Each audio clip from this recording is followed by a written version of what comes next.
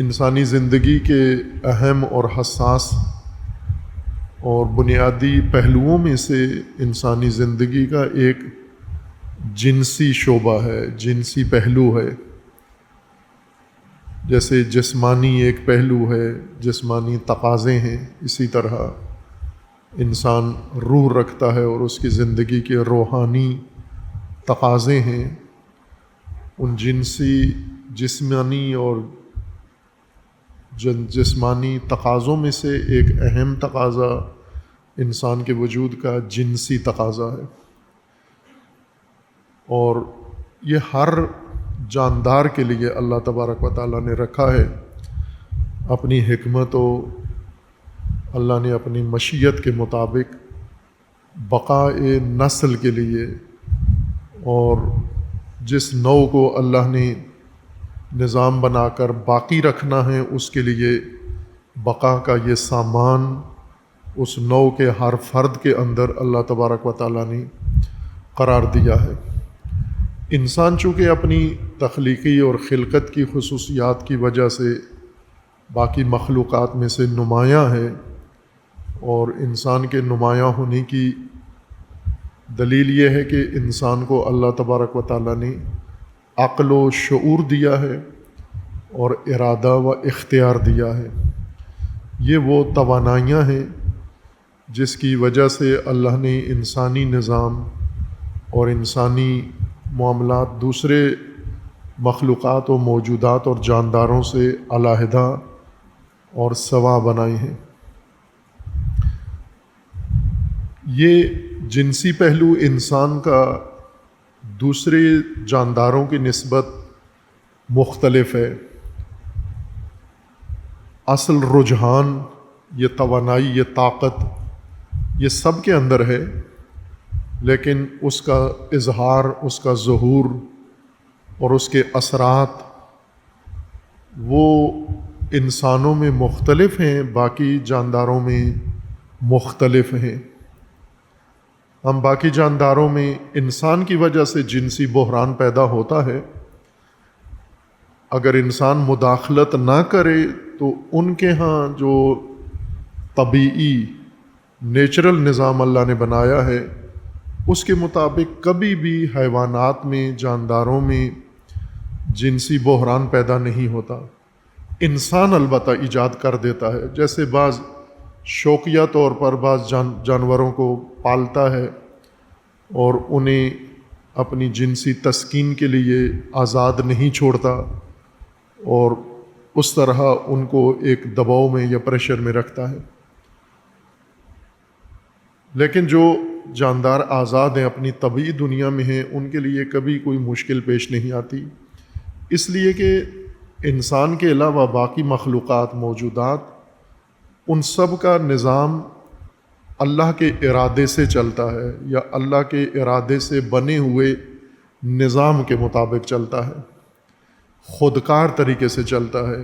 ایک automatic system ان کے اندر رکھا ہوا ہے۔ انسان کو اللہ نے جو کچھ بنایا ہے سارا مینول ہے، انسان نے ارادے سے سوچ کے انتخاب کر کے انجام دینا ہے۔ ان کے ہاں اس طرح سوچ، ارادہ، انتخاب نہیں ہوتا، بلکہ ایک آٹو سسٹم کے تحت غریزہ ہے ان کے اندر۔ وہ غریزہ اپنے وقت پر فعال ہوتا ہے اور اپنے وقت پر اس کی تسکین ہو جاتی ہے۔ تمام غرائز زندگی جانور کی ساری اس کے غریزوں کے مطابق گزرتی ہے۔ غریزہ اب معلوم نہیں کیسے لکھتے ہیں آپ، اس کو کیسے سمجھتے ہیں، غریزہ کیا ہوتا ہے، کس لفظ کے ساتھ لکھتے ہیں غریزہ آپ؟ غین سے لکھتے ہیں۔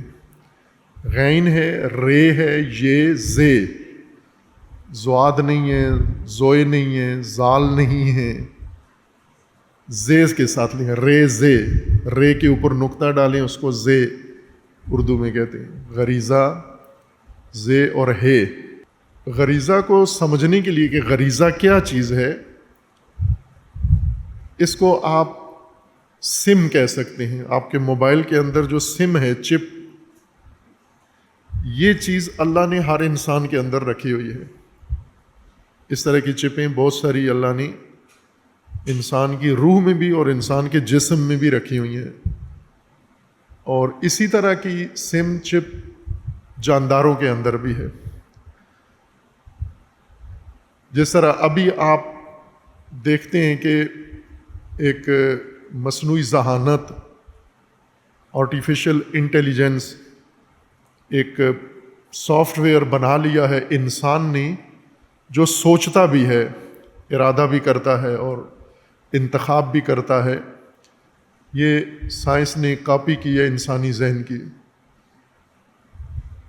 جانوروں کے اندر انٹیلیجنس نہیں ہے، صرف سم ہے، چپ ہے بس، اور چپ کا کنٹرول خود چپ کے پاس نہیں ہوتا، پیچھے بنانے والے کے پاس ہوتا ہے۔ آپ کے موبائل میں آپ کے اختیار میں نہیں ہے سم، جب موبائل کمپنی بند کرنا چاہے بند کر دیتی ہے، جب بلاک کرنا چاہے بلاک کر دیتی ہے، جو اس میں محفوظ کرنا چاہے وہ محفوظ کر لیتی ہے، جو ضائع کرنا چاہے ختم کر دیتی ہے۔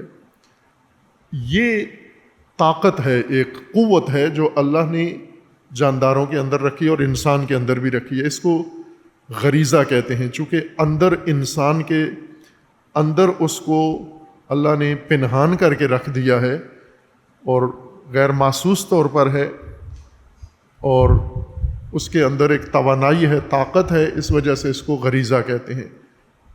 غرض کیا ہے اللہ نے، اس کے اندر گاڑ دیا ہے آپ کے وجود کے اندر۔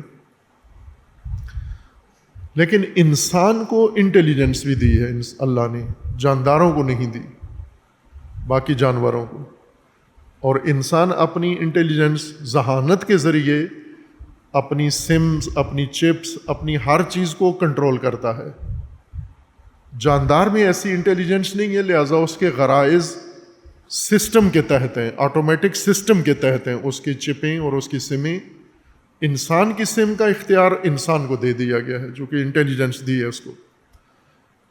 اس وجہ سے انسانی نظام جانداروں سے مختلف ہو گئے ہیں، اصل میں شریک ہیں، یعنی دونوں کے اندر توانائیاں یکساں ہیں، ایک جیسی ہیں، لیکن ان توانائیوں کا نظام اور استعمال انسان کے انٹیلیجنٹ ہونے کی وجہ سے مختلف ہو گیا ہے، اس کا کنٹرول انسان کے ہاتھ میں ہے۔